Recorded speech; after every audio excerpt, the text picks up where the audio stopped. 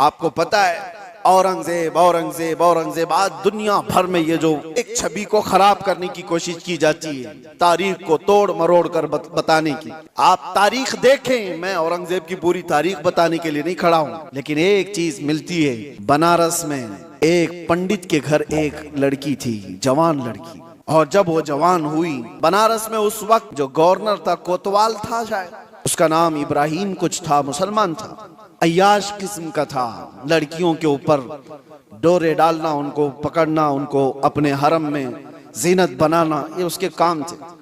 अब ये खूबसूरत जवान लड़की पर वो फिदा हो गया, आशिक हो गया, और उसने किसी भी तरह से इस लड़की को हासिल करने के लिए एड़ी चोटी का जोर लगाया। और आखिर में आकर के हुआ ये कि उसके घर के अतराफ हिसार हो जाता था, घेराबंदी।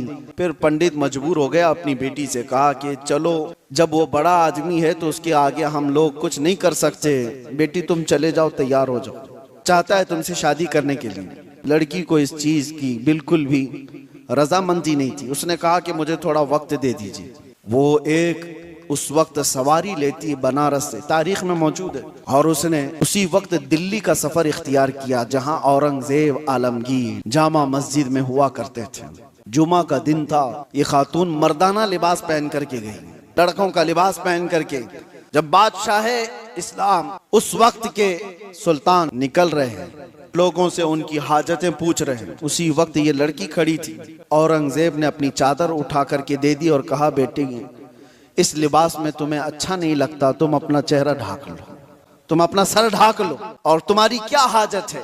उसने कहा कि मेरी हाजत कुछ तवील है, मैं आपको तनाई में सुनाना चाहती हूँ। बुला लिया। दौलत कदे पर वो खातून आई, जवान लड़की, और उसने वाकया सुना दिया कि आपका भेजा हुआ गवर्नर, आपका भेजा हुआ कोतवाल इस तरह से लड़कियों की इज्जत पर हमला करता है, और मेरे घर पर भी अब उसकी नजर है, और मुझे अपनी हरम की जीनत बनाना चाहता है। तो औरंगजेब ने कहा कि ठीक है, वापस जाओ, तुम्हारे बाप से कहो शादी की तैयारियां कर लें। वो लड़की मायूस हो गई, जिस चीज के लिए मैं बनारस से दिल्ली का सफर करके आई थी, बादशाह भी यही कह रहा है, लेकिन एक दिल में हास थी। बादशाह ने मुझे बेटी कहकर पुकारा।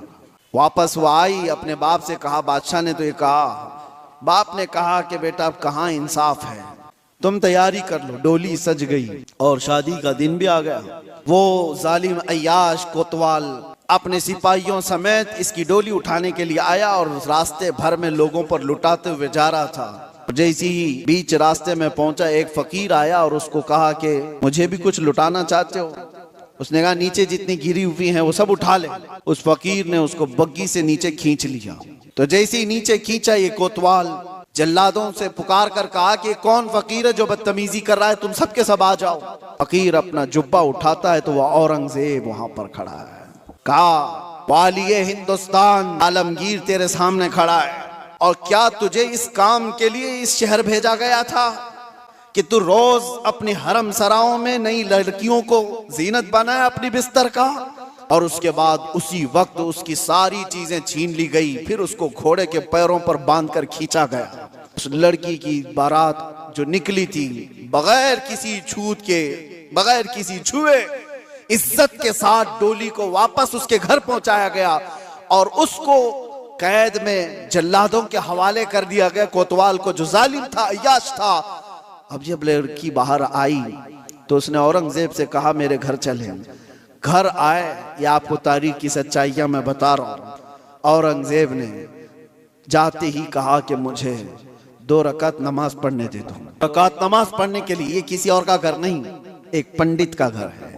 नमाज पढ़ने के लिए जगह दी, नमाज पढ़ा। औरंगजेब ने कहा, फौरन मुझे पानी दो, शिद्दत की प्यास लगी है। पानी ला करके दिया गया घर से। औरंगजेब ने पानी पिया। उसके बाद जानते हो, आंखें खोल कर देखी और कहा, जिस दिन इस बेटी ने मुझे दिल्ली में आकर अपना किस्सा सुनाया था, उस दिन से अभी तक एक कतरा पानी मैंने हलक में नहीं डाला। मैंने तय कर लिया था जब तक इसको इंसाफ ना मिले मैं पानी नहीं पीऊंगा। बेटियों को लोग दूसरों के हरम सरा में पहुंचाने वाले, तारीख इस्लाम को तोड़ मरोड़ कर पेश करने वाले, जरा इस तारीख को भी देखें। और मेरे अजीजों, ये ऐसी वैसी बात नहीं। उस पंडित ने बादशाह औरंगजेब के इस एहसान को याद रखकर उस इलाके को, उस जगह को जहां उसने सजदा किया था, बादशाह ने हमेशा के लिए मस्जिद तामीर कर दी। ये तारीख में मौजूद है। मैं आपको सिर्फ और सिर्फ एक झलक बता रहा हूं। इस्लाम ये काम नहीं करता कि अपने रिवायात को, अपने उसूल को जंगों में और दुश्मनों में सब तोड़ दिए जाएं और अपनी बेटियां भी किसी के यहां भेज दिए जाएं। यह इस्लाम की फितरत में नहीं है। इस्लाम उसूल की सच्चाइयों पर चलता है।